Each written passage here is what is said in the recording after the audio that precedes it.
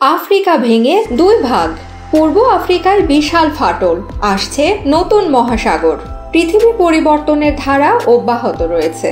সম্প্রতি পূর্ব আফ্রিকার মরুভূমিতে ৩৫ মাইল জুড়ে এক অস্বাভাবিক ফাটল দেখা গেছে, যা মহাদেশটির মানচিত্রে বড়সড় পরিবর্তনের ইঙ্গিত দেয়। বিজ্ঞানীরা বলছেন, ধীরে ধীরে আফ্রিকা দুটি ভাগে বিভক্ত হতে চলেছে এবং শেষমেশ সেখানে জন্ম নেবে এক নতুন মহাসাগর। এই ফাটল ইস্ট আফ্রিকান রিক্সড সিস্টেমের অংশ, যা টেকটনিক প্লেট বিভাজনের ফল।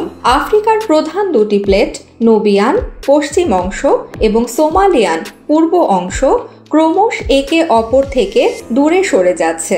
ইথিওপিয়া, কেনিয়া, তানজানিয়া এবং মোজাম্বিকের মধ্য দিয়ে বিস্তৃত এই রিফট ভবিষ্যতে আফ্রিকাকে সম্পূর্ণ আলাদা দুই মহাদেশে ভাগ করে ফেলতে পারে। বিজ্ঞানীদের মতে, কয়েক মিলিয়ন বছর পূর্ব আফ্রিকা মূল ভূখণ্ড থেকে বিচ্ছিন্ন হয়ে সমুদ্রের জলে পরিপূর্ণ হবে, আর তখন গড়ে উঠবে এক নতুন মহাসাগর। এর ফলে পৃথিবীর মানচিত্রে আফ্রিকা দুই ভাগে ভাগ হয়ে যাবে। যদিও এই পরিবর্তন রাতারাতি হবে না, তবে আফ্রিকার ভৌগোলিক ও পরিবেশগত গঠনে এর গভীর প্রভাব পড়বে। বিজ্ঞানীরা এই প্রক্রিয়া ও ভূমিকম্পের গতিবিধি নিবিড়ভাবে পর্যবেক্ষণ করছেন, কারণ এই গতির উপরই নির্ভর করছে আফ্রিকার ভবিষ্যৎ চেহারা।